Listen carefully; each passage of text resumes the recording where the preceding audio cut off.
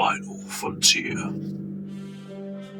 These are the voyages of the good, the bad, and the ugly show.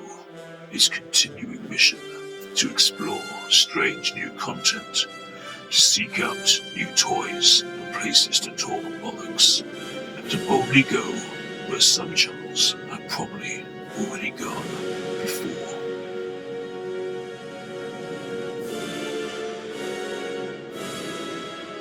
Right, we're recording.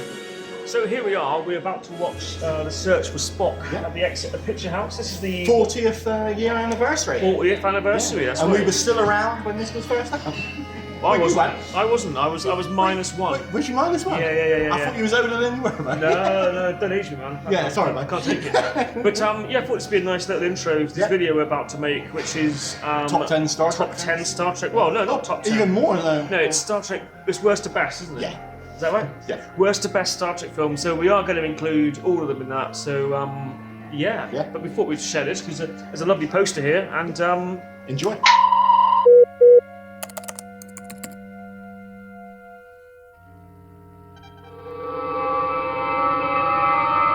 Okay, hello, and welcome back to the Good, the Bad, and the Ugly show. Yep. So, This is a big one for us, mate. to begin, let's explain exactly what we're doing here today. So, we're basically just rating the Star Trek films from worst to best, but not like in like a scientific way, in a kind of... Yeah, we haven't dissected it. No, this is just our yeah. choice, what we have decided. Humans make illogical decisions. They do indeed. Our choice is, whatever, not the choice of the internet, but our own personal preference. So, before you get excited and like hurl abuse at us, Yes. Actually, you're going to do that anyway, aren't Yeah. you? So that's fine, that's fine. Hurl abuse in the comments, I don't care. It's just our opinion. Everyone has, you know, an opinion, and everyone's an asshole, and the saying is something like that. That isn't about it? sums it up, mate. Yeah, that's right. Up your shaft. So, so this is our asshole So opinions. where are we living? Okay, so, so we're going to go through all the Star Trek films today. Mhm. So the first question, your question was? My question to you is, do you consider yourself a Trekker? Sort of. Mhm. So I grew up with the original series of Star Trek. I watched that on TV when I was a kid. We had The Search for Spock. Search for Spock was one of the first VHS videos I ever owned before we had a Really? video player. Okay. We just had this. Well, there you go. We had like 5 videos on the shelf. Gives you an incentive to get the video player, doesn't it? We had 5 videos on the shelf, and Search for Spock was one of those. Got into Star Trek. I had lots of Star Trek figures when I was a kid. I grew up in the 90s. The Playmates ones? Playmates, yeah, that's right. Yeah. And the Glue ones And as the well. Glue ones So, as well, yeah. really, it was the original series and the Next Generation. So that's the reason why the films we've chosen today are the kind of original run through. So it's every film from the Kirk era up to the Next Generation, and then we stop before it gets into the whole. We also haven't done the Calvin timeline. That's as the well. one, yeah. So the we J.J. cut Abrams off. ones. We cut off before that because there was a few years between the last Next Generation film and that one. Yeah, and and the beginning of I those don't ones. really count them. They were alright. I mean, I watched the first one was alright. It was quite He's a good visual director. But, Yeah. You know, Well, what's your take I on would it? consider myself a Trekkie. Yeah. I loved it. It started off quite slow for me. I was more of a Battlestar Galactica kid. I watched a few episodes of the original series. Yeah. And then one day my dad goes, "Oh, Star Trek's on, watch this." And it was the Encounter at Farpoint in the Next Gen. And I thought, this is a load of rubbish. And then I thought I'd give it another go. A few more episodes in, I got to Code of Honor. And I thought, no, I'm not. This is rubbish. And then I got the best episode. and that ever was made. Don't know when I actually got into the Next Gen, but I did. Somehow. Somehow. It got better and better and better. Yeah. I remember when DS9 came on, and it was like, DS9 is coming. Another brilliant series. So for me, it's Next Gen, Deep Space Nine, the original series, Voyager, and then Enterprise. My love of Trek really stopped after Enterprise ended. Yeah, like, I'm not really. I did see a bit of that. That was alright. I'm not really into the new stuff. Yeah, you know, at all. So, so I guess we should start. I'll probably cut all of that out. Yeah. We've been going on for like 6 minutes of just fucking nonsense. Yeah, that's what we do though. That is what we do. Maybe I'll leave it in and leave me saying that in, and leave that. Yeah, everyone's already turned this video off and gone off and done better things. I've got some washing up. Fuck these clowns, man. I'm gonna go and do that instead, which is fine. It's fine to do that. This video is really just for us, for our own entertainment, man. If you want to stick around and watch it, that's good as well. Yeah, this is a personal thing for us. Yeah. I mean, obviously, like and subscribe and give us loads of money and all that stuff as well. That would help. But yeah, just turn it off if you don't like it. That's fine. I won't cry that much. Just a little bit. 2 views. Yeah. Again. Yeah. Okay, so let's start then. So what we're gonna do is we're gonna beam stuff in here. We are. We've got the technology. We've got the technology. Might as well use it. Mm-hmm. So we're going to start with what we think is the worst Star Trek film. So you just hold your hand up a little bit higher, look. Stay there, and we'll beam it in. So there we go, it's beamed in, look. Wasn't that magical? Wasn't that technologically amazing? Seamless. I can't even say it. Yeah, so here we go. Let's bring that up closer, look. So here it is. Star Trek Nemesis.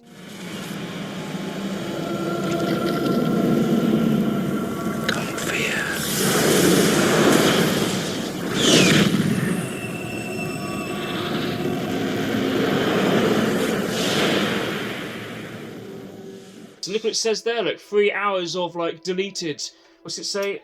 7 deleted scenes, 3 hours of bonus material, man. I mean, what a better way to spend your afternoon could there possibly be? And here it is on the back, what's it got? All the special features are on the back there. Open it up, look, and you've got the lovely, not at all 90s computer game looking poster. Yeah. It looks like a fucking PC game, doesn't it? It does. It's awful. It does. As far as Star Trek posters go, it's one this of is the worst. not one of the good ones, is it? No.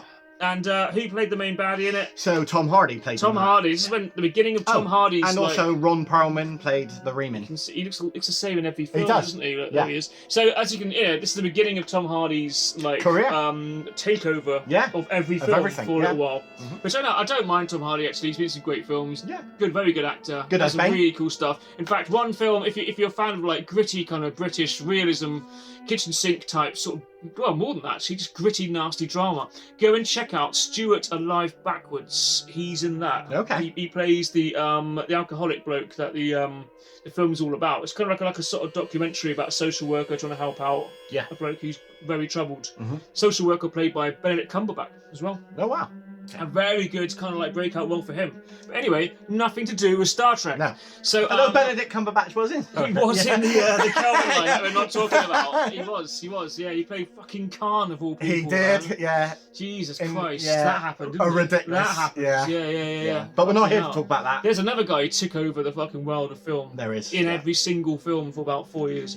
But anyway, here's Insurrection. Yeah. Anyway, here's Nemesis. So it was a 12. It was.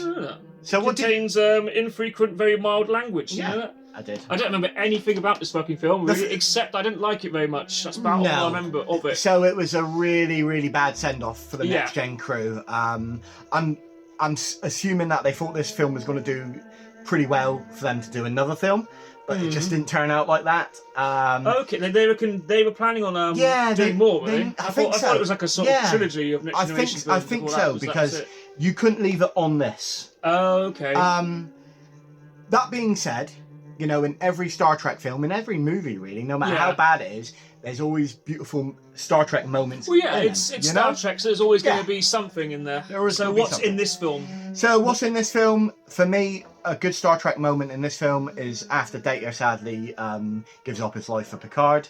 Oh, spoiler. Yeah, sorry. If you haven't seen it, spoiler. But then again, that leads you on to Picard, the Picard series as well.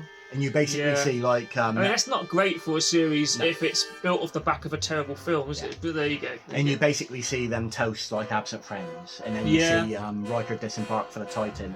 And that's a beautiful scene It's a send-off. Beautiful scene between him and... So they could have left it on this one quite easily. It is a send-off. This is their...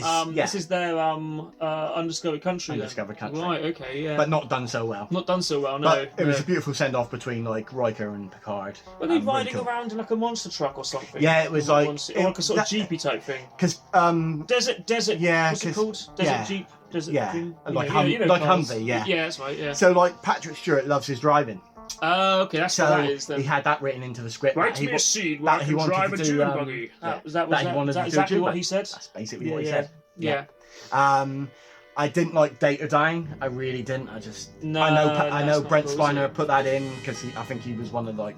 He was trying to do a Leonard Nimoy, wasn't he? He was. Yeah. Yeah. And it didn't quite work. Bloody actors, like Harrison Ford. Bloody Yeah. actors. Oh, kill my character off, because people will fucking love that, won't they? Yeah, exactly. Kill off their Yeah, childhood. and it just does not work. Favourite, It just you does know, not work. Yeah, it's a stupid idea. Don't do it. Yeah. You don't need to do it. Don't do it. But yeah, I did not enjoy this one. I thought it was a really bad send off for the next gen crew, Yeah. and they deserved a hell of a lot better. Just to say, I don't remember it as I well. don't think the director understood like the characters either Yeah. and stuff like that, so there was a lot of problems behind the scenes. Jim Dale from Neighbours was in it though. Was he? Jim Robinson was it? Do you remember him? Oh, he was shit. he was one of the Romulans. Wow, okay. Yeah. So Got a Neighbours connection. it has. Oh. Yes. But yeah, it's less said about it the better really. Just rubbish. Yeah, that's how I you. Kids, go and watch it. Yeah. Shit out of 10. Yeah, cool. Yeah. Okay, so I guess that brings us on to. So that was our number 10 anyway. Yep. Yeah. Number 9. So I guess this brings us on to number 9. What could possibly be terrible but not as bad as that? Let's beam that mother in. There it is. It's arrived. So what is this? This is Star Trek V, The Final Frontier. Hey, do you guys have any Star Trek 5 tapes left? Where is the Star Trek 5 video? You got Star Trek V, The Final Frontier? Please. Any Star Trek 5s? Ooh, thank you. Great. Thanks. Fabulous. Yes. Oh, thank goodness. Would you happen to have Star Trek 5? Yes, sir. Star Trek 5, The Final Frontier. So tell your dealer you want to see it. Yeah. So No, I don't mind this because, No. as I say, it's a childhood thing. I think you had to be there, man. A mate of mine had this. He must have taped it off the TV, like maybe a couple of years after it came out. And they, Yeah. you know, they used to do that. They'd show it on TV like exactly 2 years later. Yeah. So I remember him having this, and we watched it, and we thought, this film's fucking cool, man. They go down to the planets, like there's explosions. They're wearing army jumpers. they are. For like a 4 or 5 year old, you're like, Yeah, okay, yeah, you know, okay. however old I was when that was, 5 or 6, I don't know. But yeah, we thought, this is kick ass, man. This is like a Rambo film, but Star Trek. Yeah. It's only when you watch it again years later you realise it's not. Yeah. You see its flaws. You do. Let's put it that way. Let's hold them up. Look. Yeah. So here is the original VHS, the actual first time it was ever released on VHS. Have a good It's look looking at in that. good nick, mate. It is looking in good nick. Look at the artwork on that. As a poster goes, it's definitely better than the last one we showed you, isn't it? Yeah. It's still a bit now, but they're going for that whole like they started with the motion picture. They had the two Kirk and Spock and the thing in the middle, and the Roman numerals. I like it, like visually, and the stuff at the bottom. It's visually really good, actually. If you take a look at that. Let's have a look inside. Look, VHS Cool. nostalgia. Wow. And then if we look right inside here, look, we've got all the Star Trek videos. So right there, you've got everything from like the Next Generation, the original series, all of that, and all the other ones that were available up until that point. I love VHS, man. I couldn't bear. Let's look. It's even got a Star Trek token sticker. You peel off, and Wow. you can get your next film when it comes out. I've also just noticed that there's a considerable amount of mould on the tape itself. It's lucky I don't really watch them Yeah, anymore, exactly. isn't it? But it's Yeah. a nice relic of the past, isn't Yeah. it? But anyway, Star Trek V, The Final Frontier. Okay, What yeah. can we say about this film? What can we say about? I think the problem with this and another one on the list as well is that when I watched it, Mm. you know, in the 80s, I just felt that I reached an age where I thought they were just a little bit too old to be prancing around the galaxy and stuff Stick like in that. that Simpsons clip. Had trouble sleeping last night. My hiatal hernia is acting up. The ship is drafty and damp. I complain, but nobody listens. Star Trek 12. So very tired. It's not good, Captain. I cannot reach the control panel. Yeah, Yeah, the other one I mean. yeah, I do. Yeah, I mean, much- yeah, yeah. and it's like, It kind of was like that. It's like they're getting to a point now where the corsets and the toupees and stuff. It's all a bit. yeah, it's all like they're Yeah. overflowing, shall we say? Problem with this one, they addressed that in earlier films, and they addressed it in one of the later ones. But with this point, they were trying to actually kind of get back into us believing that they are a crew going out into space, Yeah. fighting missions and stuff. Like Yeah. they're trying to like kind of rejuvenate themselves, but Yeah. that's maybe part of the problem with it. That is, yeah, and I mean, you start with a camping expedition, don't you? yeah, with row your boat thing. And Yeah. Spock's. So we're going to get into technical, silly, sci-fi, geeky stuff. But Spock's. rocket boots. Yeah. Which couldn't possibly work. But because the jets are bringing him up. And then he goes down. Yes. Hang on. I'm no scientist here. But there's a problem with this.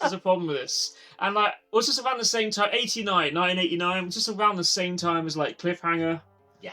I mean, the whole climbing the... Yeah, Cliffhanger was a bit Cliffhanger later. And Crocodile Dundee too. Yeah. The whole being out in the wilderness, climbing up a giant mountain and stuff. Yeah. That kind of thing. Yeah. And then the Row Your Boat. Yeah. And they're all singing Row Your Boat. But they're doing it in a weird old man, wobbly voice, kind of barbershop barbershop quartet. Where they're singing over each other, yeah. Row, row, row your boat gently down the stream. Merrily, merrily, merrily, merrily, gently down the stream. Merrily, merrily, merrily, merrily. Come on, Spock. That's amazing, man. I mean, let's just make a video of that looped. And that'll break the internet. Yeah. You know? Row, row, row your boat gently down the stream. Merrily, merrily, merrily, merrily. Life is but a dream. Merrily, merrily, merrily. I just feel like, I mean, it was a trouble production. I think Bill Shatner directed this one, wasn't it? And I need Jim Kirk. I'm sure there were countless there was a lot. documentaries Yeah, about this there thing is. alone, There's a lot. There was a lot of reshoots, a lot of rewrites and stuff like that. And they were writing out of the 11th hour. Yeah, it was a writer's strike going on at the same time, so they were really constrained to finishing the film. Also, it was the same time as the Series 2 of The Next Generation. It was, and that was a writer's strike as well. And they used sets, didn't they? They did. They used sets for that one. They did. They were swapping between the two. But also, that series was cut short because of the writer's strike. And that leads us to the worst episode, you think? Yeah. The worst episode Shades of The of Next Grey. Generation. Yes, the last episode of Season 2. The only Star Trek flashback episode. It is, yeah. Well, apart from the whole pilot one. Yeah, clip show episode, basically, wasn't it? But it was the same time as this troubled stuff. This is the first time that William Shatner was given the director's chair, and I think his only directorial film. Right? Yeah, well, maybe he might have done some tech war and stuff like that. He might have done something else that we don't talk about. Yeah, he did write a book. He wrote a few books that were sequels to Generations, which were very interesting. Yeah. I do have one of those. He came back as they built him back up as a cyborg to fight the Borg. Right. We'll go into that later on. But so basically, I think that it was a bit of jealousy between him and Leonard Nimoy about directing, because Nimoy had done the last couple. He'd done a few bits of directing stuff. He did. At this point, he'd directed one whole film. He'd done co-directing on the other ones and stuff. Yeah. So I think Shatner was like, well, I want to direct a film. When's it my turn? Okay, well, you can have this one. And go climb a rock, man. Go figure. Exactly. No rock people, though. That is the word. Supposed to be rock people in this film. That is the last words, mate. Make the rock people, man. Disappointing. But they did manage to do it as a kind of tribute in that film. Galaxy Quest. Galaxy Quest. In Galaxy Quest, they made a rock monster, didn't they? Yeah. And that was a kind of homage to this. So not being able to make it in this, I believe. That was a long way around that one. Views? Yeah, I mean, Star Trek moments, the theme of God and things like that. The story that Gene Roddenberry was trying to kind of work into Star Trek from day one. Yeah. He was trying to work that in quite a lot. And this was the script that he kind of went with for the motion picture, and then they were gonna do it with the pilot of The Next Generation as well. Yeah. They wanted to do this whole they meet God thing, wasn't it? Yeah. That was the idea, and then finally Shatner did it. Shatner met God. Shatner met God, and what the hell did God want with a starship, man? Yeah. But it was pretty awful, wasn't it? Yeah. Well, it was, but there was when sort of Kirk goes, he knows he would die alone. It's quite moving and stuff like that. Yeah, some good bits. Yeah, it's quite fun as well. Anything with Shatner in is fun. Yeah, Shatner. Yeah, that's the thing. He's worth the admission price alone, mate. I tell you. And Uhura's fan dance. Yes. Yeah. Yeah. What was that about? Erotic behaviour, I guess. Yeah, it was interesting, wasn't it? And the sudden romance between her and Scotty that had never been touched upon or addressed. Yeah, because it was more like it was Uhura and Spock. It was, yeah. You know, this is the last of like carrying on from kind of where the Voyage Home ends. Like those films are connected. Like from like number 2 to number 5, I think are kind of connected in a next chapter type bit. Yeah. Whereas after this and before this, they were quite disconnected. If that makes sense. Absolutely. Yeah. Because this is their new ship they've been given. Yeah. The after they blew the last one up. Yeah. And nothing works. And also that the Enterprise in the Yorktown is always like. So the Yorktown was going to be the name of the Enterprise before, when Gene Roddenberry was doing those ideas. Oh, okay, yeah. And when they gave Kirk back the Enterprise A, it was originally the Yorktown.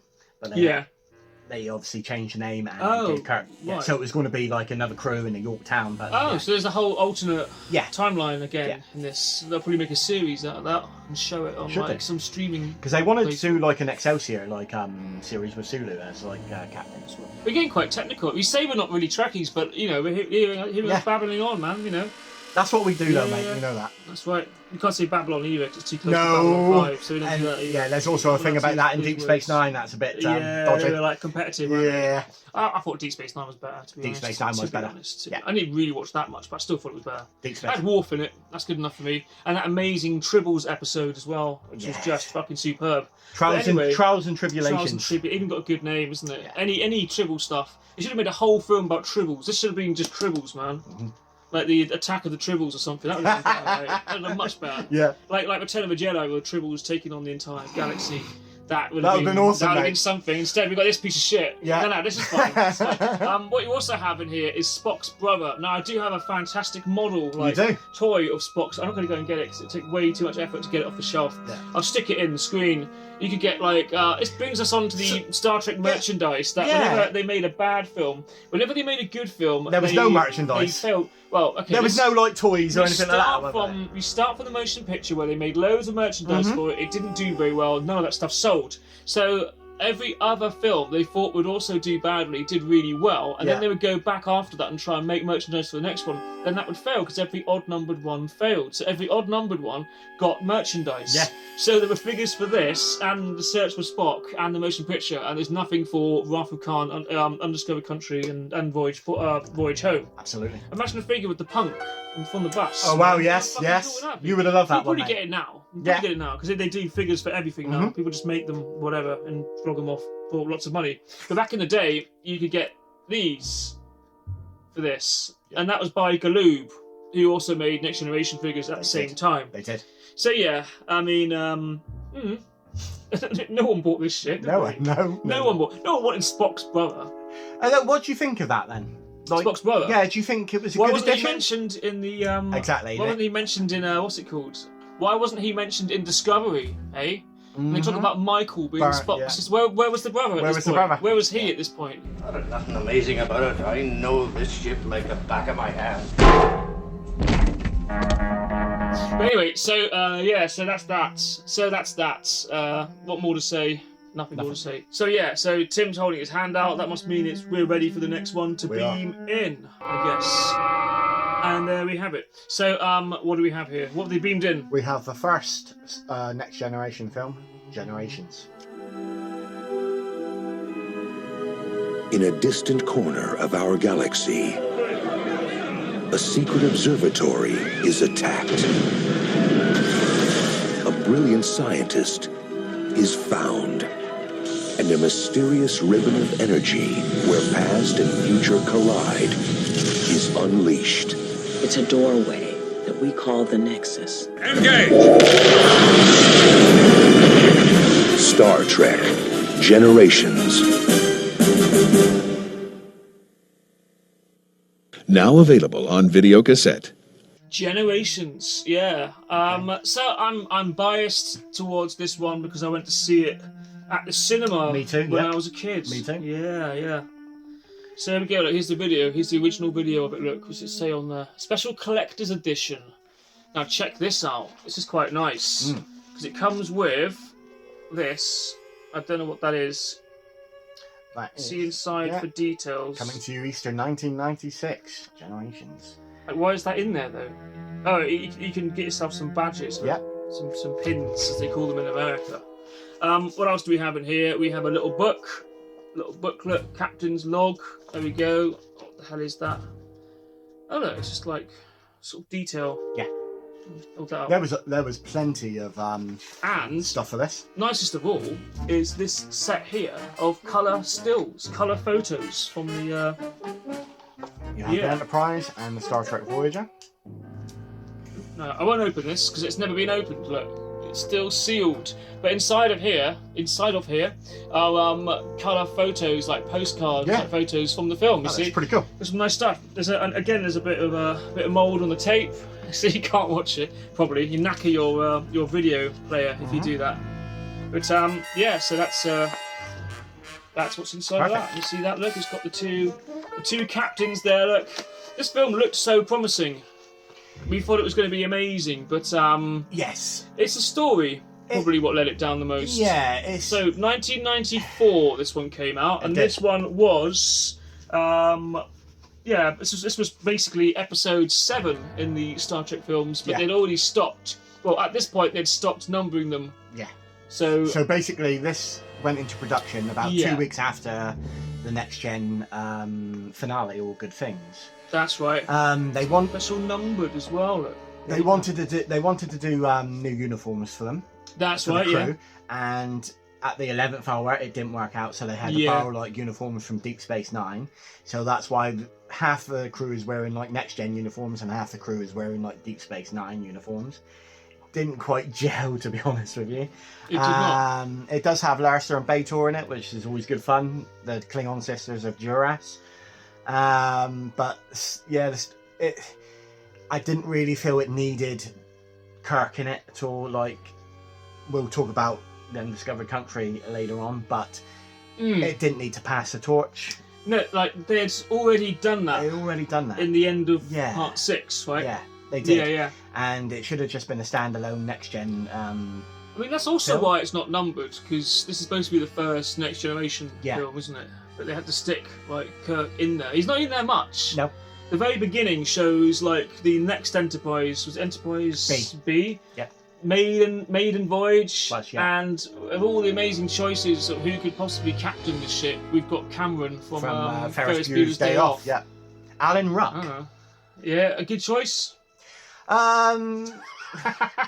I think, like anybody following Kirk, you need a strong presence. Yeah, it's very difficult. You know, it's very difficult. A strong presence, amazing actor. But I think I think they did that on purpose. You know, he was very nervous. Yeah. I think like his backstory is that his father was like a rear admiral, and he got the Enterprise through nepotism. Oh, okay, and yeah. So, this has been known to happen. And he wasn't that confident. I mean, Kirk's son was a bit of a wimp, you know. RIP, too soon. All that. But so I suppose that's the thing. It's kind of playing off that a little bit. He was also in some fan films that he made later on, which also starred people like Chekhov and and Tim Russ, Tim Rock, and all that. If you can check that, I think they're still on. Sorry, Greenpeace just knocked on my door. Yeah. Which will save the whales. Save the well, we'll get to that later on. We will. Get to that later on. So as you were saying, so if you get a chance to check out the fan film, the fan films, go and have a look at those. Oh yeah, and there's also a fan film called Prelude to Axanar, which is a very good fan film. Yeah, that was good. Really, it's got J.G. Hertzler in it and people like that. Yeah. I think at the end of the season 6, they wanted to destroy the Enterprise D. Yeah. But they thought better of it. But that's the reason why they destroy it in this one. That's right. Yeah, that's another spoiler. Spoiler. But yeah, they detach the saucer like they did in the Encounter at Farpoint. Yeah. And fuck it up, man. Well, yeah. Yeah. And there was it's not PC to say anymore, but Patrick Stewart always made the joke that Deanna Troi was in charge of piloting the ship. But yeah, sorry. Yeah, there we go. Yeah. Anger some Star Trek ladies out there. Kind of funny though. Yeah. But no. What's that? We said that. We didn't say that. We didn't say that. Patrick Stewart said that, or Sir Patrick Stewart. Told him about it. Good Star Trek moments in it is when like Picard's talking to Kirk. Yeah. When they're on the horses and he's like, don't let them promote you, don't let them take you off the bridge. Yeah. Because there you can make a difference, and really good words. I thought the way they handled Kirk's death was poor. deserved a bit more reverence than that. Yeah, I mean, what was a silly quote that everyone talks about? Was it went from captain on the bridge to bridge on the captain? Yeah. I like that. That's kind of funny. Also, Data's emotion chip. Yeah. It may have went a bit overboard with slapstick. Yeah, it got a bit annoying. Like That got very annoying very quickly. Data episodes could either be great or really irritating. It depends which way you go. Also, in some of the Next Generation films, there's swearing in it. They're swearing in Insurrection. They're swearing in this. Was it this one? Data goes, oh shit. He does. Yeah, they started doing that. Like they never did that in the. Actually, they did a little bit in the earlier films. Yeah, but like Bones would always kind of swear at Kirk, wouldn't he? Yeah, but he would only say like, but like, you know, like. Star Trek has always portrayed humanity as being more evolved, you know, and you don't need to like go down to those base, like what we are, like what we fucking say. Yeah, basically. Yeah, absolutely. So yeah, there's no need for it. Yeah. No, that was a bit out of character of it all as well. And was this the one where like the Forge gets sights as well? Was that no? We'll move on to that. They do that later. Yeah, they did it later. They do it in first. Do they touch upon it in this? No, because he's still got his visor, but Sauron, like... That's it, where he's doing stuff. Like, messes with his visor they can see the shield mutation of the Enterprise. So I think there was something with the Forge's hairband. So they can shoot through the shields and disable the Enterprise. That's right. So there we go. So, it looked very promising. I like the way it reflects. That's kind of cool. But it's kind of promising, but didn't really live up to what it could have.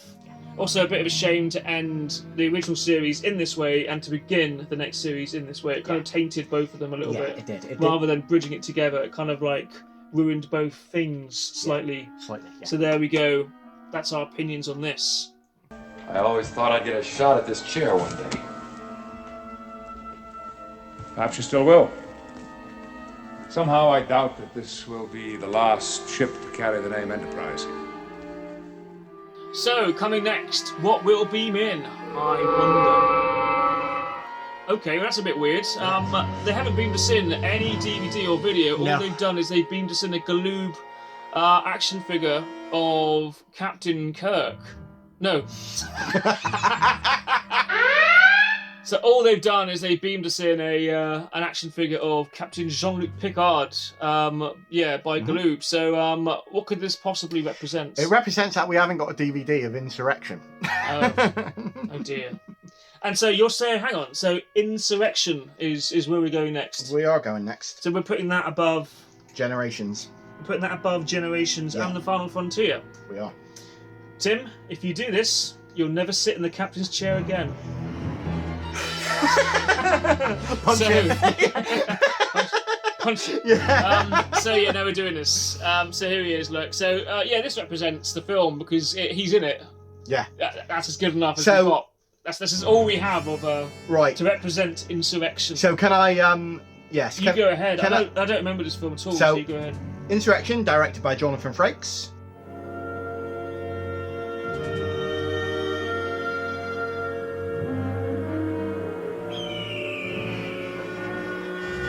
There is a world where time as we know it stands still, where every moment is a universe in itself.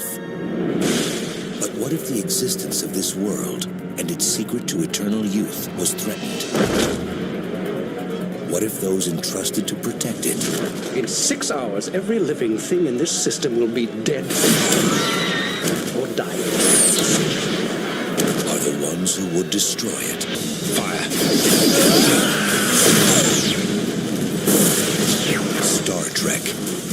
Insurrection.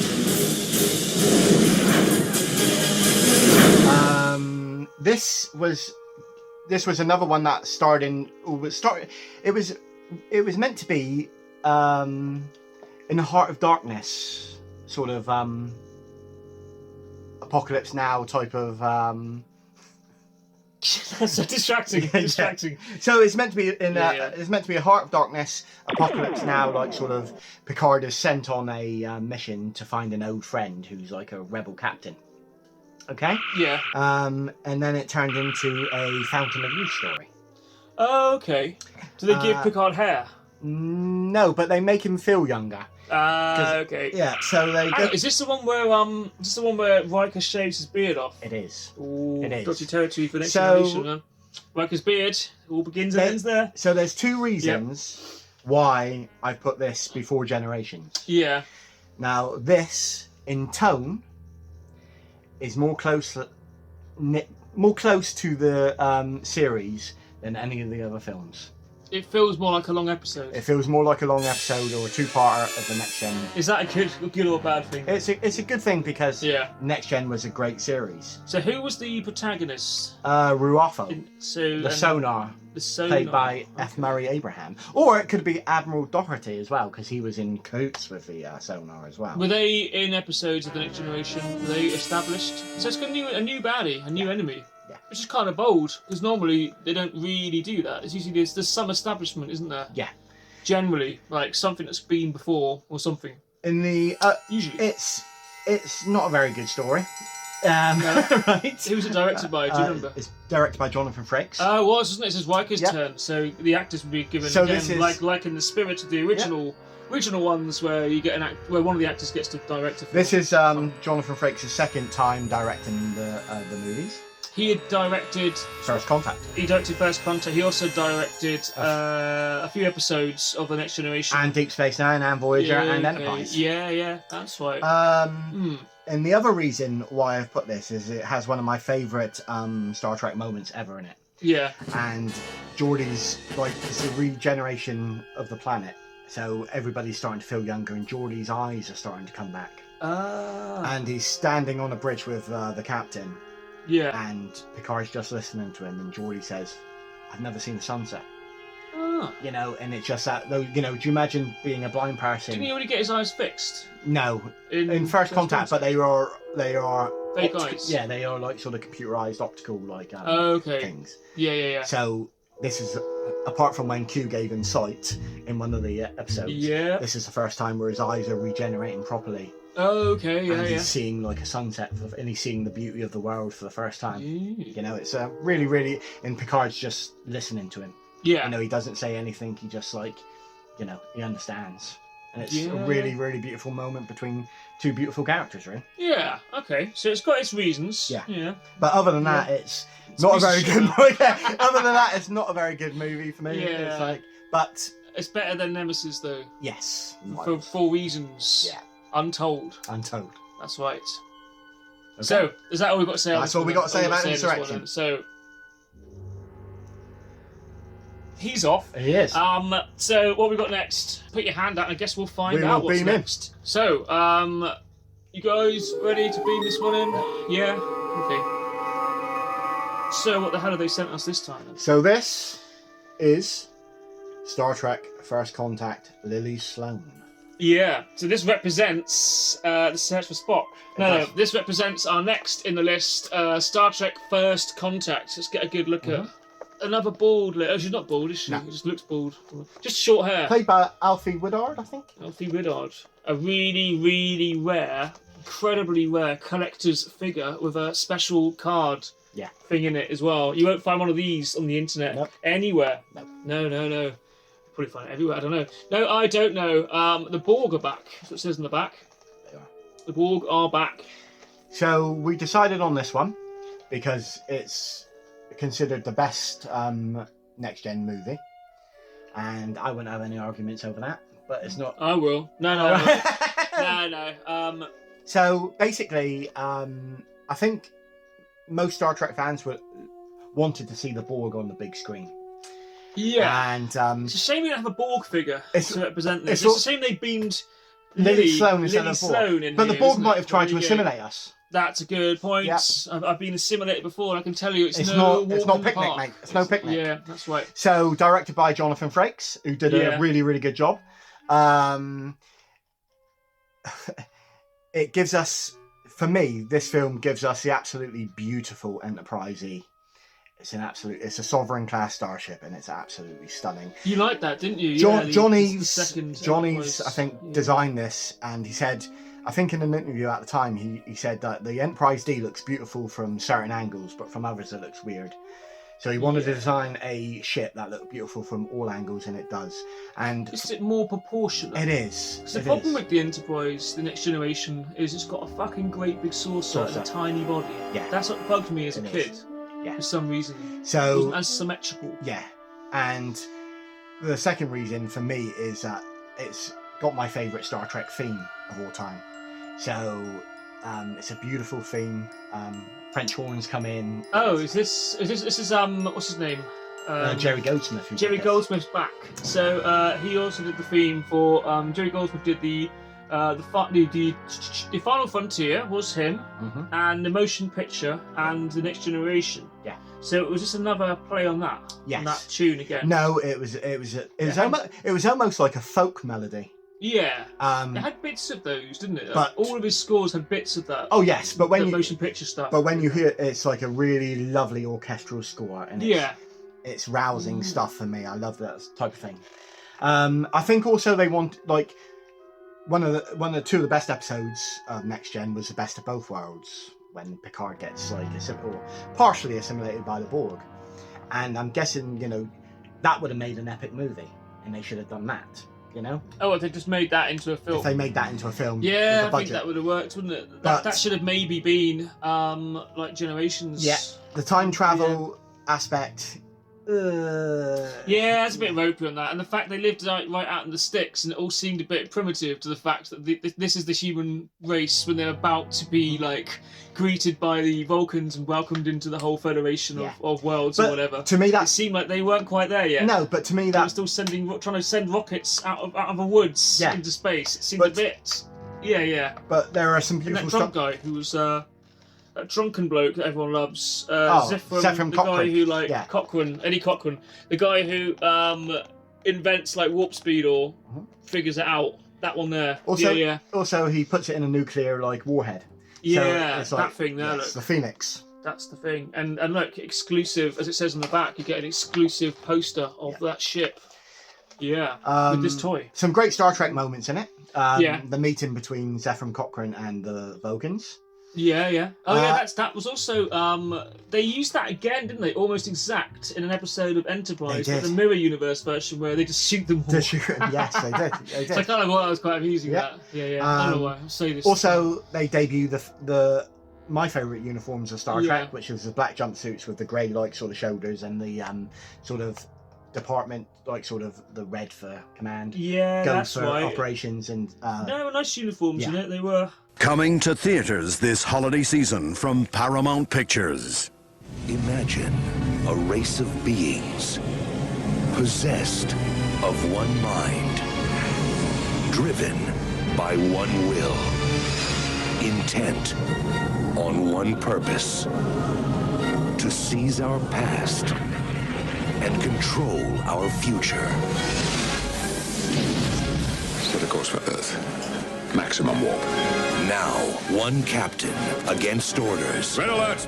All hands to battle stations! Must succeed where all others have failed. It looks like the control deck's 26 up to 11. They have assimilated more than half the ship.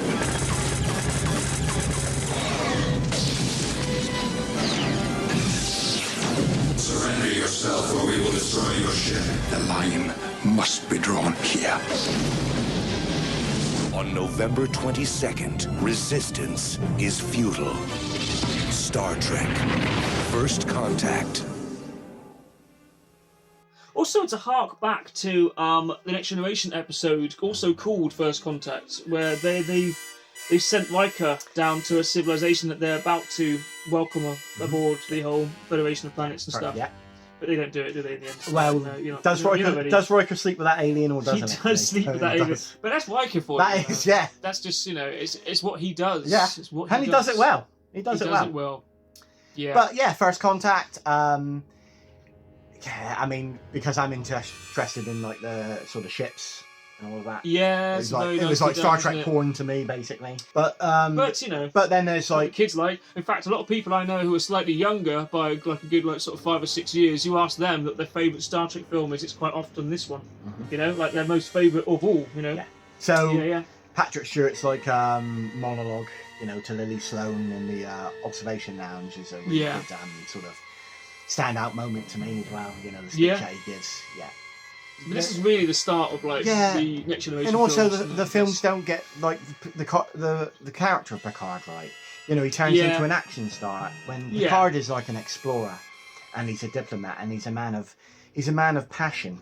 But he is, and it felt like the whole real reason that Riker was there was that he was to step in and do the actiony stuff and jump on the planets and do all the rolling over in the fucking dirt and things. Yeah. Whereas Picard was more of like a kind of like an ambassador or somebody who would stay on the ship and kind of. It felt like there was more of that.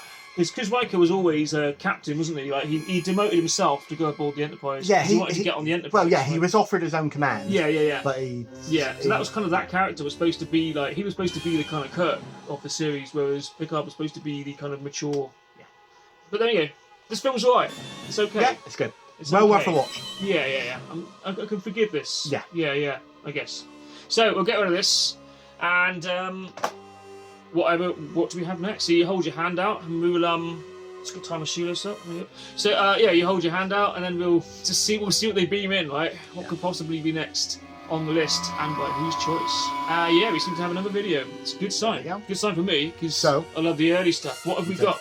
So this is the first film, Star Yeah. Trek: The Motion Picture.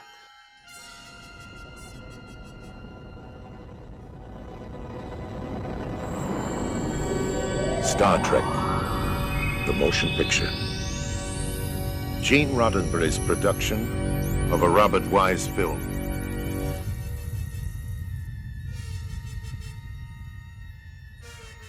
Coming this Christmas from Paramount. Or the motionless picture. The motion, as some critics have called it. We're honestly sticking the motion picture in at number 5 on this list. Controversial, man. It is. So there we go. I like it. It's one of those films they always show at like kind of Easter and stuff. I'd always watch it. I don't know. Some cool pictures on the back here, and I don't know what to say really. It's all right. We'll move on. No. Is the inside no mold on this one? We can watch this. Great. I think they wanted to do something like akin to 2001: A Space Odyssey, wasn't it? 124 minutes. I'm surprised it wasn't a fucking double video. This film seemed to go on forever, didn't it? That's the thing with this. It felt very long. I don't know if it actually is a very long film, but it feels like a long film. There's a lot of drawn out, very slow kind of shots. But as you say, they were going for that Space Odyssey thing, but they're sort of zooming in slowly on the ship and seeing it all using those kind of graphics and the early effects and stuff. Which is good, but you need a stronger story to pad that all out. Mm-hmm. And they didn't really have that. Yeah. They had an episode, basically. I think there were some interesting ideas in there. You know, I think we're like coming across like the Voyager probe or the Voyager probe, sorry. Now what were you saying about the Voyager? Yeah, there is a fan theory that Voyager was the creator of the Borg. Yeah. So, you know, it went off and did all of that and then started collecting stuff and assimilating stuff. Yeah. That's such a good theory. Why have they not made that a canon? And we came up with an idea that it could be Decker and Ilea. Yeah, because they joined. As they are they could be the hive mind man behind it all. They've all joined together and created this monster. And Kirk just lets it do its thing. Oh, we'll just leave it. Yeah. It'll be fine. We'll leave it. It'll be fine. Everything will be alright. And then he leaves this monster to go and mutate through space and just fuck everything up. Yeah. I love the idea of that. I really hope that one day they make that like a canon thing. Mm-hmm. You know, you heard it here first, so if you do that in a film or anything, we want the royalties to it, even though somebody else has already said it. Exactly. We've said it. We've said it on video. We said it on video, man. We said it on video. So, but yeah, I like this film. As I say, I don't know why. I just do. Let's bring her up. Look. Yeah. Let's bring her up. So here she is. This is Ilea. It is. So, what race did you say she was? I don't know. I can't remember what race she is. But she's sworn to celibacy. We know that because she weirdly just kind of states that early on in the film for no reason. I think Chekhov looks at her sideways and she says, "I'm not going to have sex with you, mate." So basically, also her comes out of nowhere, doesn't it? Really? So basically, her character and the character of Decker, is the precursor to the Riker Troy sort of dynamic. That's right. Yeah, because Star Trek Phase 2 is what they were working on. So it was going to be a new series of Star Trek with a couple of new characters in there, with some of the old characters, a whole new crew, with some of the old characters making appearances. And they were going to have a full vocal. Yeah. a new Vulcan who was in the motion picture. Yeah, who's trying to the same idea of Data, of a Vulcan who's trying to learn humanity, trying to kind of get on board with that. So that was basically Data. Will Decker was basically Riker. There's no doubt about that, even with the same first name. And Ilea was an alien species that they'd had some kind of connection previously. They did. It's exactly him and Deanna Troi. So yeah, so this is just the pilot of the Next Generation, but a different version of it. And also, weirdly, yeah. Yeah. You've even got like the crotchety old man who is Captain Kirk in this. Who's taking control of the Enterprise against Decker's will. Is kind of the dynamic, almost reversed between Riker and Picard in the series as well. So they've kind of gone full throttle with just redeveloping the ideas for that. Also, Decker is the son of Commodore Decker, who was in the Doomsday machine. And they even made one of her legs longer than the other. They did.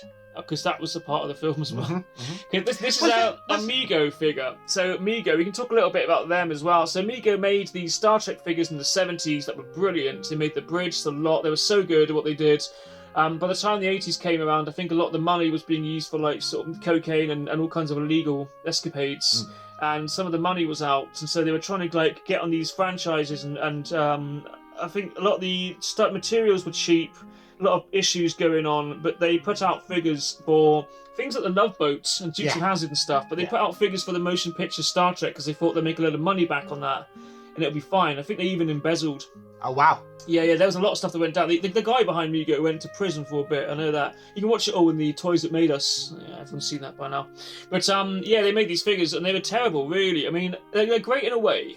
In a way, they're quite detailed. I like them. They're like Star Wars figures. They have a charm. Yeah, they have a charm. Yeah, a charm of their own. But all the uniforms are wrong. They're not quite. They're all based on early designs. Yeah.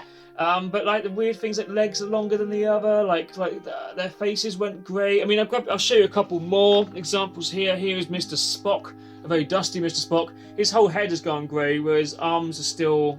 The rest of his body's still fine. Yeah. Because they use this weird plastic for the head molds, and the plastic went grey and turned them into kind of zombies. But there you go. Look, it makes Mr. Spock even scarier than he looked in the film. What do you think of the uniforms? You quite like them? I quite like the uniform. Like, I know it's a very 70s disco sort of aesthetic, wasn't it? It's basically really, just Space 1999. Yeah, pretty much. Yeah. Yeah, very very similar to that. But yeah, I mean, it was the first time that we got to see the crew again. Yeah. You know, after obviously we had the animated series. There's a Klingon as well, look, from the motion picture. Yeah. What's happened to his head? It's gone kind of like greeny yellow and grey. Yeah. It looks really weird, doesn't it? Looks ill, mate. But I like this figure because he's got the spine bit spine on the ridges, back. He's cool, and his boots have got the little the horns on it. The horns on them. It's a cool figure. I mean, if you're gonna have one of these, you want this bloke. Yeah. You just got always, mate. Absolutely. So so we get back into the film. There was I think one of the arguments is like there's that like the beauty shots of the Enterprise when they're going up to it. Yeah. And it takes about like 10-15 minutes, and it's almost like sort of starship porn basically, and they're all going around it and stuff, and it's like quite funny. Yeah. But I like it. I like that a little bit. Yeah. You like your ships? I do like my ships. Yeah. I think there were seeds of good ideas in it. They were good ideas. There was a nice sort of reunion with the crew, even though it's a bit weird how Kirk's kind of being a bit like off with them.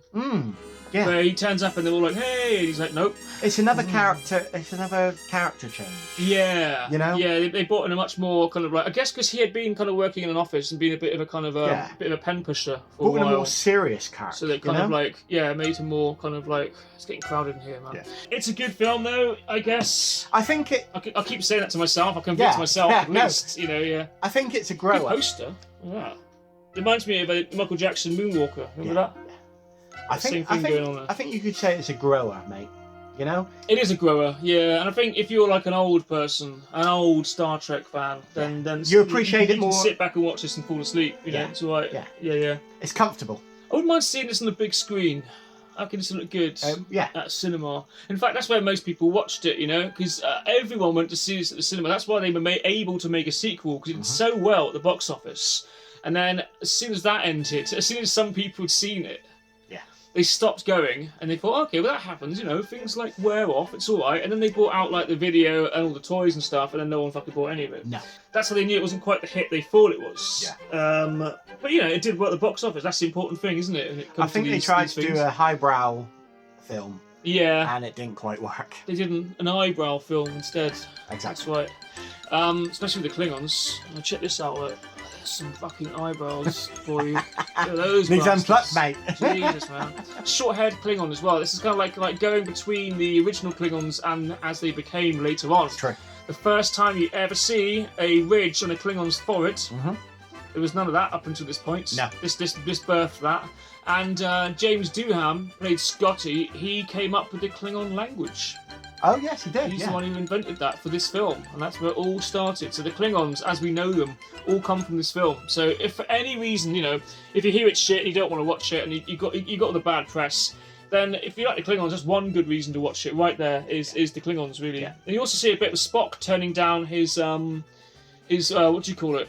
Holy Communion or whatever it is on his planet Vulcan, which is now just like got no sky for some reason.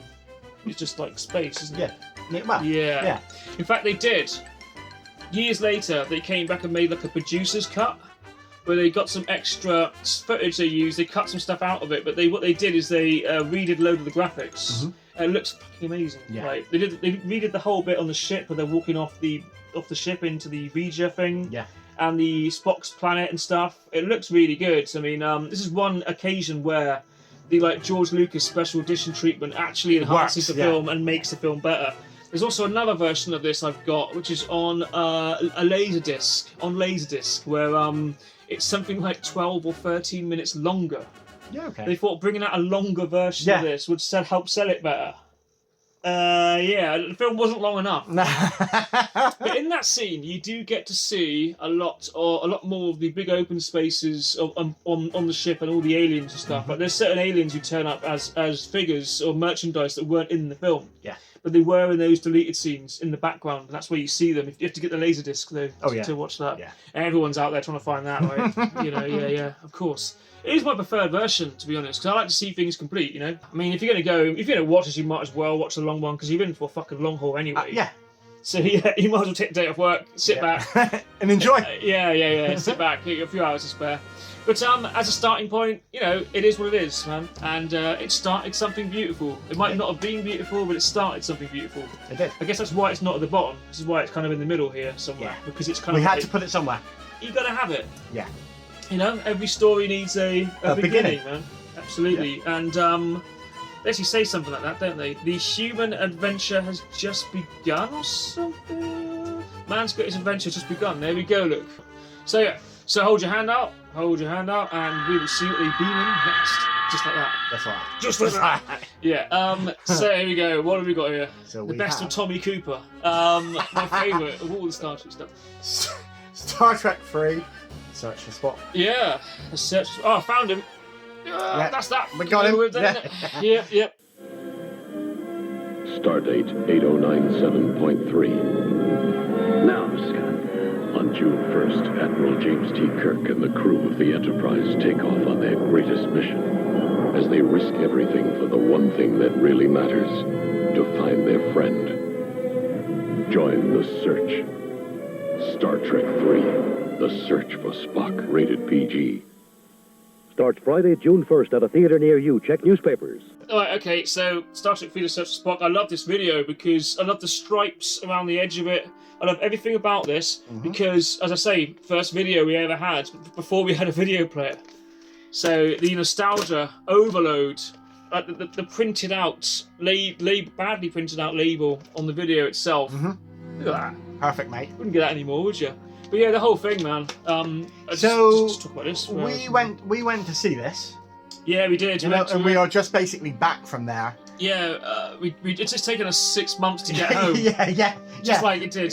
And this. Just like the Voyage home, mate. Like the Voyage home, yeah, exactly. We went to save some whales and all of that. We did. We went to Wales. Yeah, went to Wales. Just save some Welsh. We watched Star Trek 3. Yeah. We saw this on the big screen. It looks amazing on the big screen, actually. It's just had its a year ago. Yeah. How long it's taken us to get home? Yeah. It just had, taken us to get here. It's just had its like 50th. Was it 50th anniversary? Was it? No. No. Hang on. When was it? 1980. It's got to be 84, isn't it? Bloody fool, man. I think it was like an 84 or something. So 40th? Yeah. Yeah. That'd be 85. No. No, but when we saw it, it was. We saw it. It was 2024. So it was 40th. So it was his 40th. We're just trying to work this out in our heads. Yeah, it just had its 40th anniversary. So there we go. So, but yeah, it's a classic, isn't it? It is a good movie. It is a good movie. Join the search. An underrated movie. Yeah. An underrated movie, mate. I think after like the well, we'll talk about Wrath of Khan later, but yeah. That was such a high. Yeah, there was a certain amount of lackluster in this. It's because right at the end, I mean, I'll go into Wrath of Khan a tiny bit just to clarify on this. But right at the end of the Wrath of Khan, they stuck in that bit about him, the whole like thing about him not being remember. Yeah, remember and all that stuff. Yeah. Repeat and augment. Remember. Great Star Trek moments in it. Yeah. It is the destruction of the Enterprise. Let me see. Remember. Yeah. Like, yeah. That's good. That's good. Right, yeah. So, also what I want to say is basically, people always like they take the mick out of Bill Shatner's acting and his hamminess and all that. But there's some beautiful scenes in this with Bill Shatner. Yeah. And one of my favourite Star Trek scenes of all time is when the Enterprise is being destroyed and he goes, "Good God, Bones, what have I done?" Yeah, that's a very good clip. They're watching it going over. That's amazing. Yeah. And it's and the very last scene where he says he's kicking Christopher Lloyd in the face. Yeah. I have had enough of you! I love that. That's some good acting. And this shot here on the back of the Klingons, hang on, I'm trying to get this in focus. This shot here, the back of the Klingons, publicity shot, reminds me of Queen, the Bohemian Rhapsody video. Well, the Klingon version. Yeah. It's, do you know what I mean? It does. Yeah, it does. Absolutely. So the story is basically that Spock's body is landed on Genesis. Genesis. They put him on Genesis. Yeah. Didn't they do that to kickstart the whole Genesis? No. Genesis has already been created, hasn't it? Yeah. They just sent Spock's body there. So they put him in a photon torpedo and sent him out. That's right. Buried him on Genesis. Yeah. And McCoy starts acting very, very strange, breaking into his quarters and stuff like that. That's right. Another great scene in Star Trek history. They steal the Enterprise. Yeah. The Excelsior tries to go after him with Captain Styles. And it conks out. Scotty's fucked around with it. He's stolen some magnets or something. And it's that classic. You'll never sit in the captain's chair again. That's right. Warp speed. Yeah. Let's go. He's carrying on that little stick with him. Yeah. Little hit Kirk with it when he gets older. God damn ya! But some very beautiful moments. Yeah, I love the Sulu takes on the security. Yeah, call me Tiny. Don't call me Tiny. Yeah. Don't get smart, Tiny. Yeah. And Uhura with that cocky bloke, he looks a bit like a young Ted Danson. He does. What, you lost all your sense of reality? She locks him in the cupboard. That was good. Yeah. And I love, and my favourite bit of all, my favourite scene for the entire film actually, the alien with the giant ears. Oh, Genesis. Yeah. I mean, that's a superb, man. I think why I like it, it speaks about loyalty and friendship and the and what you will go through. Yeah, for a friend. What you will go through for a friend, even though you risk every single thing. Yeah. And for Kirk, his life is being a starship captain, but he'd risk all that for Spock. He's a career man. He's risking it all for his friend. It's great things, mate. It's great things. So he is. Good poster as well. Yeah. I like that. Yeah, so a classic really, in all senses. People didn't really like it at the time. It didn't get down too well, but I mean, it's really, I think it's aged well. Yeah. Yeah. It's the most Star Trek-y of Star Trek movies. It's a very Star Trek film, if that makes sense. Yeah. Absolutely. I feel like we're going to how can we can talk for an hour on some of these, then very briefly on the other. It's always the good ones that you can't really say too much about. No, because it's already been said. Yeah. You don't feel like you have to say too much. The film stands up for itself, basically. Yeah, it speaks for itself, man. Exactly. You just hold this up and be silent. Yeah, there you go. There you go. But it definitely deserves it deserves its place at number 4, I think, on this list. Yeah. Maybe even higher sometimes. Yeah, sometimes. Depends what mood you're in. I mean, with these lists, like whenever I do these lists, it depends on the day. It's always a mood thing. Yes. I mean, did we do this for 6 months? Did we go through? Did we trial it all out? We wrote down a list. We came up with things, or did we just sit down for 5 minutes and wrote this list out? We swapped a few times, didn't we? Like we changed. Yeah. We had an idea, a basic idea of how this was going to go. We made sacrifices. We did. You made some sacrifices. I made some sacrifices. I made the biggest sacrifice. You made the biggest sacrifice, which is coming up.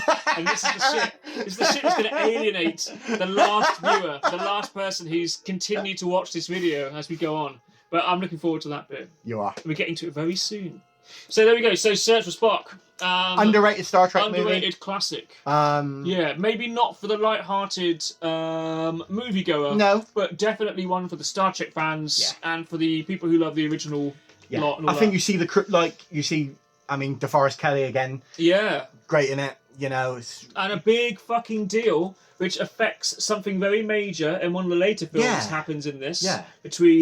Involving Kirk's son as well. Yes. Do we say what happened? Do we give spoilers out in that? Yes, that's another good scene where, yes. Yeah, so I mean, that's something that goes down in this film as well. And it deeply affects another one on our list, which is coming up very soon, I believe. It does. Yeah, well, it have to be, won't it? Because we're getting right near to the best. We're getting towards the top of the milk where we're getting all the cream, you see? Yeah. Right at the top of it. So always rises to the top. This one's, and the shit fucking sinks, man. Yeah.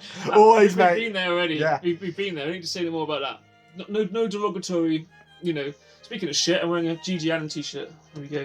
There's nothing wrong with that, mate. No, nothing wrong with it. It's just that he likes to throw shit at people. Oh, does he? He did. He enjoyed throwing shit at people at gigs. That was his thing. Oh, wow. So if you stand too close to the front, mate... You're buggered. You don't want to do that. You don't do that. Okay. That's right. I like talking about Gigi Allen in a Star Trek video. I thought we had to mention it somewhere along the lines, because it's a deep connection there, as you know. So, anyway, we'll move on. This was great. A great film. I enjoy it. Yeah. Back to whatever comes in at... where are we at? Number 3. Number 3. Okay, so I put this down. If you hold your hand out, we shall beam in the next. Okay. So...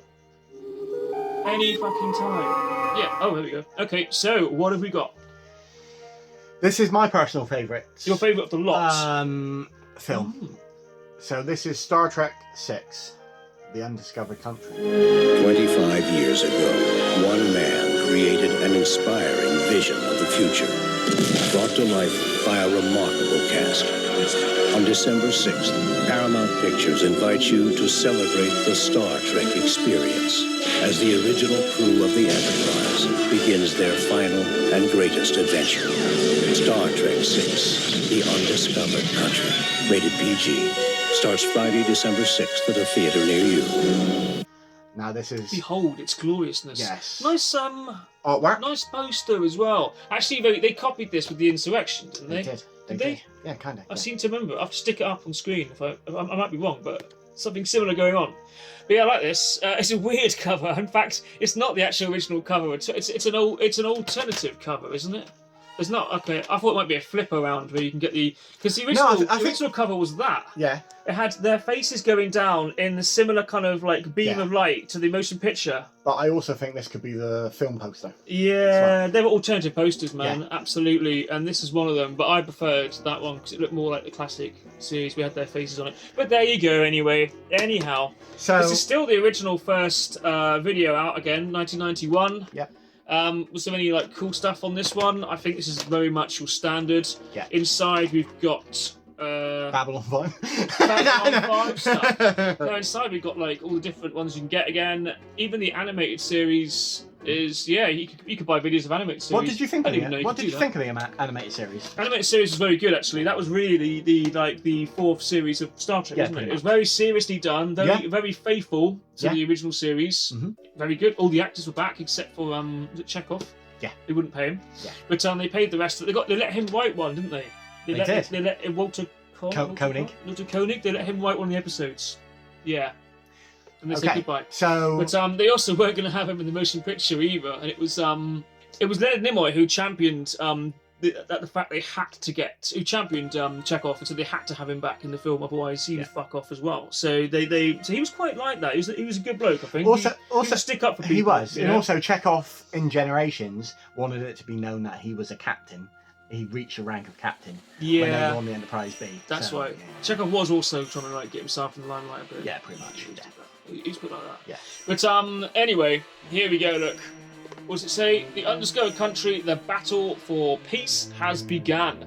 Now, what I liked about this one, this was very reflective of. It's reflective anyway. But no, this film was very reflective of the time. It was during the Cold War, wasn't it? Yeah, I mean, it was the Iron Curtain it's basically coming down. Yeah, it was coming. Yeah, I mean, it come. You know, the Berlin Wall come down. This was 91. The Iron Curtain coming down. That whole kind of like having to sort of take in. Basically taking people who you were at war with previously and try and rebuild relationships. It was like yesterday's enemies or today's friends. That's right. So this was the bridge between the Federation of Planets and the Klingons, basically welcoming the Klingons on and saying, look, we've got to put this shit behind us. We've got to build new alliances. So this led to obviously Klingon eventually being on the bridge of the Enterprise. Lieutenant Worf, who actually, funny little tidbit here, is Lieutenant Worf was actually in this film as one of his distant great grandfathers or whatever. He was a lawyer. Yeah. And he played the grandfather of the character in Next Generation. That's so you had Worf. He's defending them when they're in courts for what they may or may not have done. I like that touch. That was really nice to have Michael Dorn in that. So you have Worf, then his son Moog, and then Moog's son Worf. Oh, okay, that's cool. But I like that. That was good. That was also our first Next Generation connection. Yeah, and it was a good. They had plenty of actors from Kurtwood Smith to Rene Auberginois. In like this, Brock Peters was in it, who was in Deep Space Nine as well.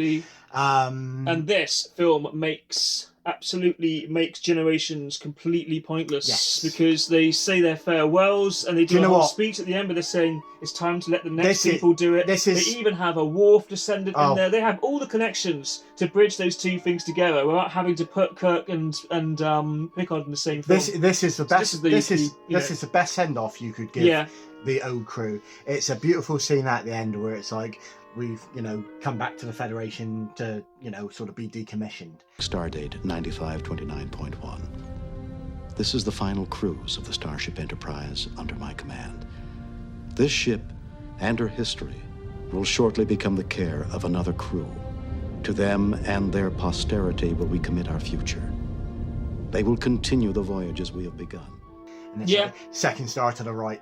Straight on till morning. That's it, yeah. Some Peter Pan shit going on in there. And then they sign their autographs at the end. They do, the autographs come up on the end screen. It's a really good film as well, actually. It wasn't too silly. Like, I know, Kirk and Bones were put into, like, a prison. It's nice to have those two characters as a centric thing for once as well, not just have him and Spock sort of doing everything, so...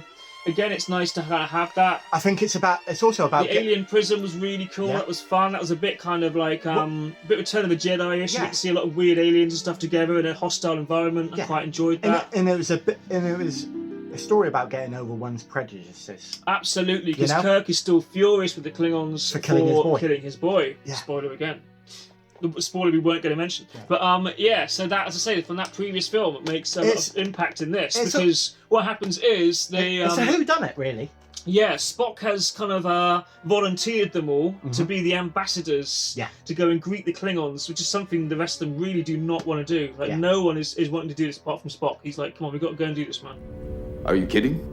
He knows all about prejudice and all that stuff. He does. Being like the first kind of other alien species to be aboard the Enterprise and all that stuff. He's got that whole history of it. Yeah. So he's decided we've got to go and do this. So they go and do it, and then they have a nice dinner where a lot of weird shit goes down. And that guy who plays the Christopher Plummer. That's right. So just an annoying Shakespearean Klingon. Yeah. You keep to be or not to be quoting Shakespeare until they finally fucking blow him up. Yeah, that is the answer. Yeah, that's the question. Yeah. That's the answer. But they have this dinner that goes kind of badly, really, and then someone sneaks aboard the Klingon ship and fucking blows a lot of them away and kills the president. Kills David Warner. So then, obviously, the Enterprise get accused of doing this because it looks like the torpedoes came from their direction. Yeah. Then they're sent to to an alien prison. Yeah. And there's a whole conspiracy thing going on, and they sort it out. Wasn't a man in that? Sulu's aboard the Excelsior. He turns up to help them out. Yeah. And you've got the Vulcan lady, played by Kim Cattrall. Kim Cattrall, before Sex and City and all that, but after Mannequin. And after Porky's. But apparently they wanted Sarek back. Yeah, okay. And she was going to be the one who portrays. You think, fuck, man, that's taking quite a good character and doing a bad thing. Yeah. So I guess that's why they decided against that, to do that. Also, there's a couple of terrible cameos. One being Christian Slater, who cameos in this film for no reason at all. He just turns up at a doorway. You remember that? Sir? You have hearing problems, mister. No, sir. Because he was a massive fan of Star Trek. I want to be in it. Yeah, I will stick you in it. Yeah. But yeah, they were doing stuff like that at this point. It doesn't really detract from the film too much. No. But yeah, Christian Slater for no reason is in it. I like the gravity boots as well. Yeah. They were nice. The whole thing's very fun. I used to watch this again. They'd show this at Christmas quite a lot when I was a kid.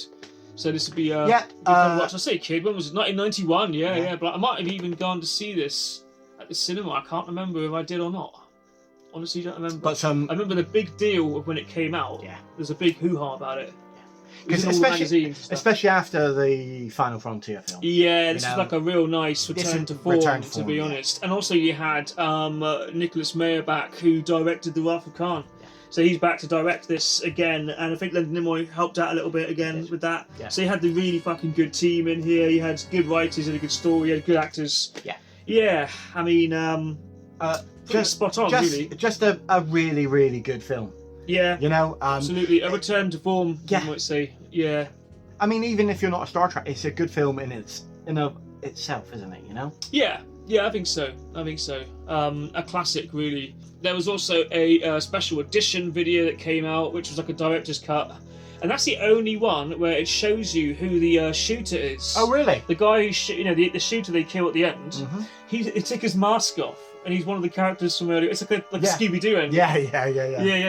Would have got away from it, that one with the Karak and all that. But it kind of makes sense. There's a whole subplot of it is. who's behind it. You never find that out, apart from in that director's cut. So go and seek out New Worlds and Civilizations. No, go and seek out that copy of the film. Okay. And you'll see. You know, don't take my word.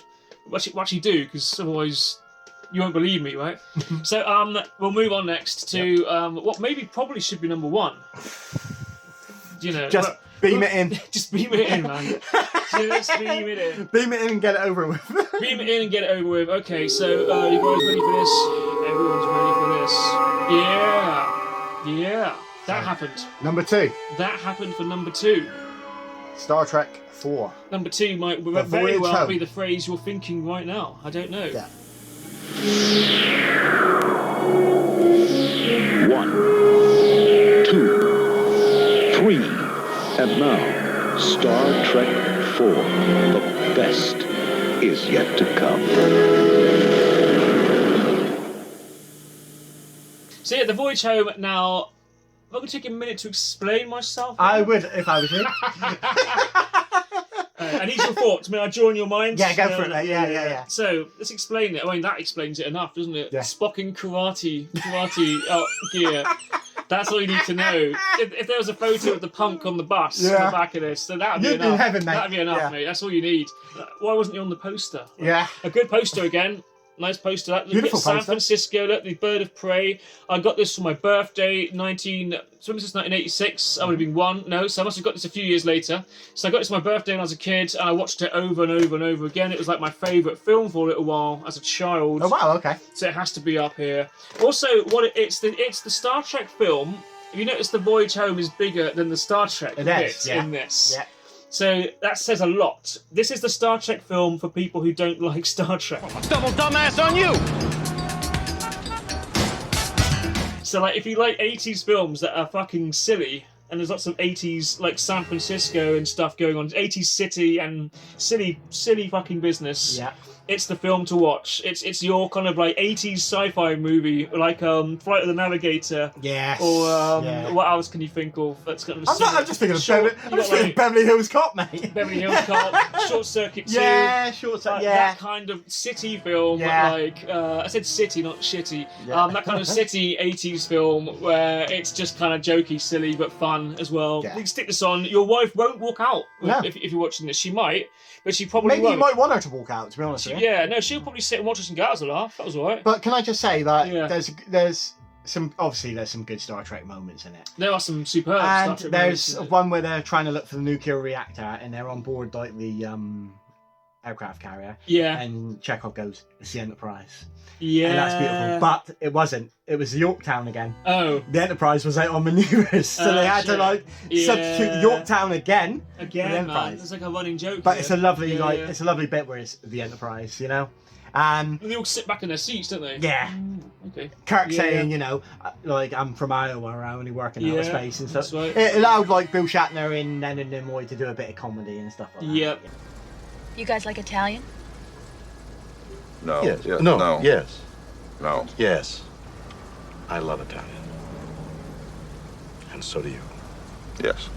And there's the punk on the bus. But didn't the punk on the bus write that song especially for the? Did he not? Yeah. We played that on the radio before as well. Wow. Okay. It's got as a swearing at the end of it, which I didn't realise at the time. But we did that. Did somebody put the Vulcan neck pins on you as well? Yeah, they turned it off. Yeah. But the punk on the bus, he came back in the pickup He series, did. didn't he? He did. Yeah. I love it. He's wearing like a scarf. Yeah. Everyone tries to fuck with him again. Yeah. But I love that. That was such a good. Cool Do you back. mind stopping that damn noise? Excuse me. Do you mind stopping that damn noise? And I say screw you! And I hope you're blue too. We're all bloody wetland.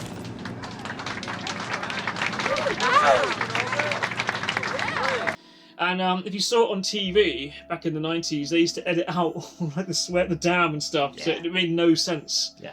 He just fucking attacks his punk on the bus for no reason. And you see in that version of Spock it. mind melding with the whales as well. Yeah, he goes and swims with the whales. Yeah, that's right. Yeah, I don't know, man. The people who made this film must have taken too much LDS. Yeah. Back in the 70s. Exactly. You know, yeah. LDS. But yeah, there's loads of silly lines in it. I love it. I love the one of my favourite scenes is the trash man at the beginning. Don't tell me you two are fighting again. I thought you made up last night. Why are you two always fighting? I like the way she fights. Oh. Anyway, I said to her, if you think I'm going to spend $60 for a damn toaster oven, you're out of your mind. What'd she say to that?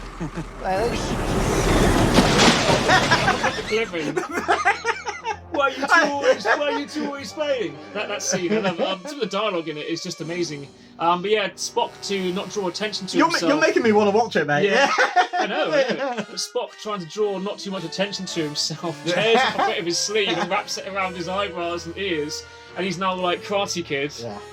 I love that. That's just superb. That's again. right up your alley, though, fella. Right up my alley. Yeah.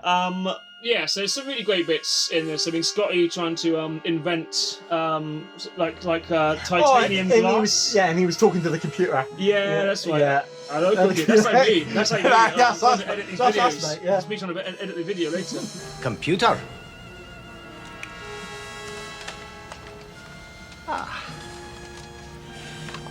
Hello, computer.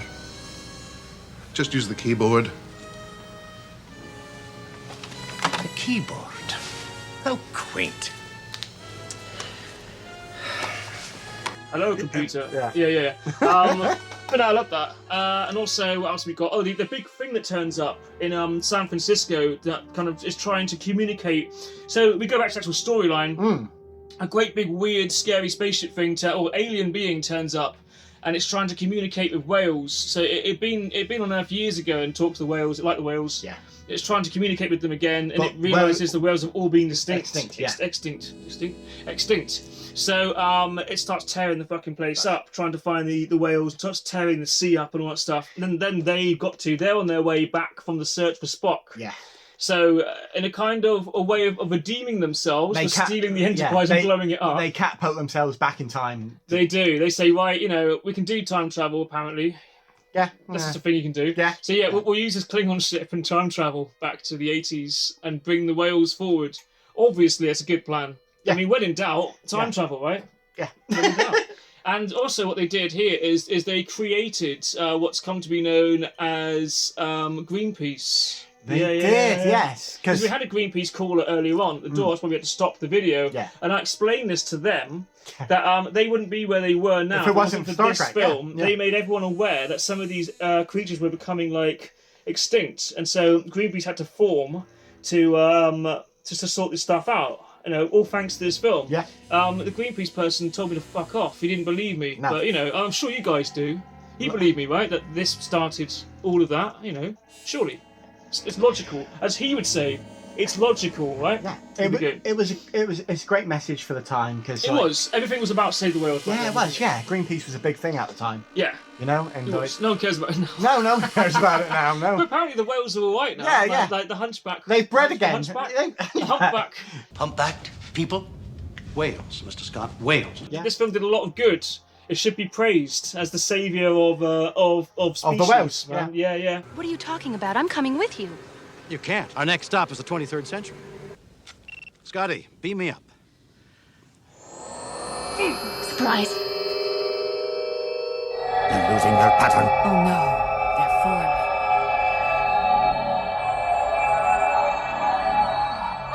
What we got back didn't live long, fortunately. But yeah, so Star Trek 4, what more we can say, it probably should be number 1, but for logical reasons, it has to be number 2 on the list. Okay. We'll get to number 1 now, though, and everyone knows what it is, because there's only one thing we haven't talked about so far, and we'll be brief on it again, because the good films It's just too good. They don't need too much hyping up. So if you want to hold your hand out, we shall beam down the final thing, just like that. So so what do we have here? What do we have? Not just the best Star Trek film of all time, but just a bloody good film in general. Well, just a bloody good film in general. Yeah. Star Trek: The Wrath of Khan. Absolutely. The wonders of the universe, the dangers of space, the challenge of the unknown, the courage of a warrior, the vengeance of a madman. Kill him. The seed of new life, the hand of death, the plan of a genius, the wrath of Khan. Star Trek II, The Wrath of Khan, rated PG. Now showing at a theater near you. Now, I acquired this recently. Oh, look, original full-length version. So this is like the director's cut as well, which is very, very cool. I never had this on video when I was younger. When this came out, must have been like 84, 83, 82, earlier, wasn't it? Yeah. This was the, Star Trek number 2, the sequel to the motion picture. Yeah, I love this. As I say, it's like a rare thing to see. It wasn't shown on TV that much when I was a kid. I didn't see it as much as the others, but I love it. And, you know, I mean... What can you say? Mainly just for this dude here. Yeah. Ricardo Montalban. Montalban, yep. With an amazing Buffon haircut. And beautiful pecs as well. Yeah. He gets angry when people told him he was wearing a fake chest. A very Shakespearean sort of performance. Yeah, very much, very over the top, but in the right way. In the right way. Yeah. Basically a sequel to the episode Space Seed. That's right. From the original series. Just an absolute incredible movie, really. Yeah. Really brilliant. So Khan is back. That's the plot, isn't it? Really. It is. They find him. They accidentally go to the wrong planet because the other planet's been blown to smithereens. Yeah. And what they find is Khan and his people, who they left there back in the episode of the original series, from series 1, I believe. Yeah. Khan's changed a bit. He has. And they've discovered these horrible creatures out in the desert which you can stick inside people's ears and then control their minds. And they do that to Captain Tyrrell and Chekhov. Chekhov gets a bit more of a serious role in this film as well. And this is also the film you discover that they're working on Genesis as well. Yeah. Kirk's son and all the science boffins are working on Genesis. David Marcus. That's right. Yeah. So then they end up with Khan pursuing Kirk and trying to basically sort of goad him into a massive fight. Yeah. I'll chase him round the moons of Nibia and round the Antares maelstrom and round perdition's flames before I give him up. That's kind of the storyline, isn't it, really? Not much more to it than that. It's really a kind of a space battle chasey film, really. It's almost like a submarine-like sort of battle. Yeah, like Red October or something. Yeah, absolutely. But it's got all the cool, action stuff that you need. This film was like an antidote for the motion picture, for the flaws of the motion picture. This kind of corrected all of that. It's also like Kirk facing a no-win situation. Absolutely. He's never had to do that in his career. Yeah, and they hit on that from the beginning. Yeah, because they have an assimilated... Kobayashi Maru. Yeah. So, because Kirk reprogrammed that when he was at the Academy for him to win it. and it was like a no-win situation. Yeah. And also I read like when they put like bifocals in like Shatner's like hand, you know, to read and books and that, it was like about like growing older and like, you know, how useful you are in your elder years. That's right. Yeah, it's about being put out to pasture, and because at the end of it, after obviously, because you know Spock dies at the end of this film. Spoiler. But he does the whole whole thing. So he the remember thing. But when Kirk looks out into space and they say, "How do you feel?" and he says young, doesn't he, or something like that, to that effect. Yeah. That's kind of a cool. So because he's feeling old at the beginning, he gets given the reading glasses, because he is an admiral at this point. Yeah, like, that's right. He's done another 5-year mission after the motion picture. And during this, you might as well point out that Spock is the captain of the Enterprise, he is, isn't he? But at the beginning the Enterprise is a training vessel at that time. Training up Kirstie Alley, who is Sarek, who changes to another actress in Search for Spock. Yes, Robin Cousins. I quite like Kirstie Alley as Sarek. And she confronts Kirk with the whole "you've never had to lose" thing. Yes. And he kind of does in the end of this, doesn't he? Like does. it's a no-win, so he has to lose something. He does. And the ultimate sacrifice is, of course, this fellow right here, and that's what the whole next film's about. And also, it is one of the best Star Trek moments ever. Yeah. The scene between Bill Shatner and the Nimoy, end. Yeah. You know, when they're, you know, the good for the many outweighs. few. I have been, and always shall be, your friend. You know, we touch on like Bill Shatner's acting, but it's immense. That's that also down to Nicholas Meyer as well, who directed this. Who did a brilliant job with this, and he was against putting in the whole Spock being okay bit at the end, the whole like mind meld thing. Yeah. He didn't want that. He wanted it to just be as it was. But they kind of talked him around it. But what he did do is the scene where Kirk's saying to Khan like now, when he's about to beam over or beam the he's about to screw him over at the end. Yeah.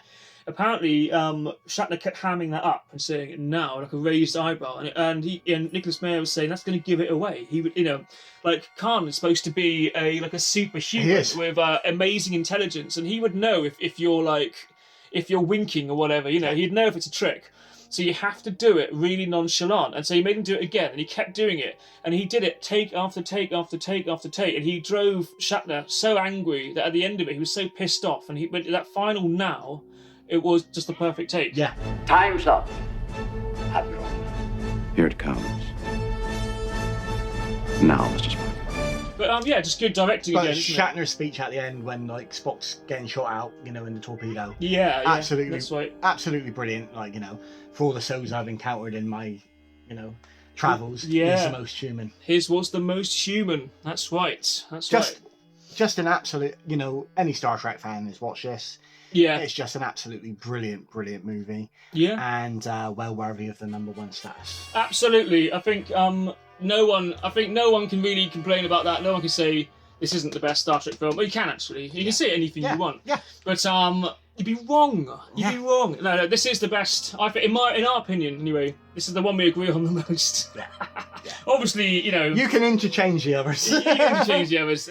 Any given mood or whatever. I say the only one that comes kind of close to this, obviously I put number 4 at number 2, didn't I? But because I love it so much. Yeah. But in terms of like great film quality, probably the only one that comes close to this is the Undiscovered Country. I think those two are maybe like standouts. Maybe the standouts, but for different reasons. This list isn't all about the greatest film. It's about your preference. Also, when you've watched it.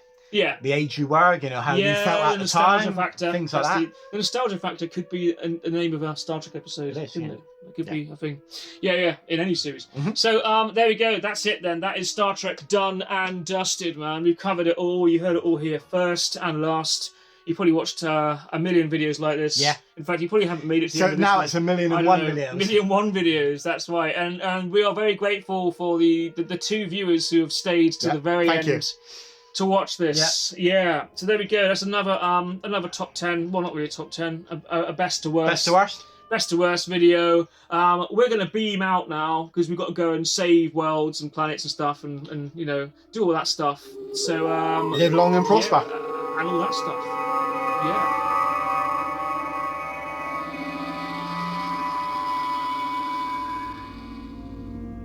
Starfleet, do you have them? we got back didn't live long, fortunately. Please like, share, and subscribe to The Good, the Bad, and the Ugly Show. Because there's no room left in hell.